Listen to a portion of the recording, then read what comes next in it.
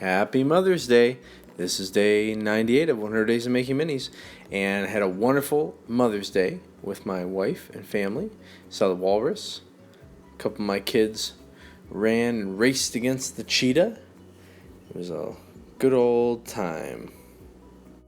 And a trip to the Indianapolis Zoo wouldn't be complete without feeding the birds. And this time it was actually pretty exciting because they started flying all over us and crawling in our pockets and trying to get into the backpacks.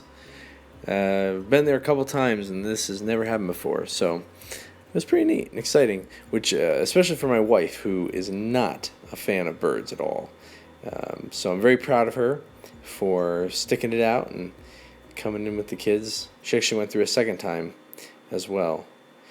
Well, speaking of birds, I guess I should show you what I did on the swordmaster today. So I got some good work done on the swordmaster today.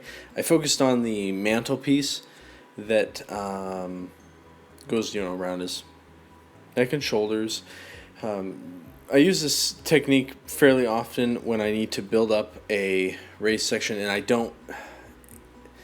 when it's going to be more of like a special kind of shape that's not easily cut. So for instance, if you have a flat plate, you can spread out the putty nice and flat, cut it to shape, and lay it on. But since this thing wraps all the way around his neck and it's kind of irregular because he's twisted, I find it easier to just make two little tubes and kind of create the ridges of where it's going to be, and then you can pack it in, fill in with a little bit of putty in between those spaces. Which leads me to the other little technique you're going to see me use here in a second, and that is to use turpentine or paint thinner. I use turpentinoid because it's odorless, and but what you do is you take a little brush and spread it onto the putty where it's very rough, and as you can see, I'm just throwing putty down on this thing, so it's very rough and hard to blend all that together. So a really good way to do that is to just take your brush with a little bit of the paint thinner on it, and that sort of melts the surface of the clay. Now, if your brush is stiff enough, you can actually use the brush to do a lot of the blending, but what you end up having to do, at least in my case, is I had to go back over with my color shaper and my metal tool and just kind of buff it down into place.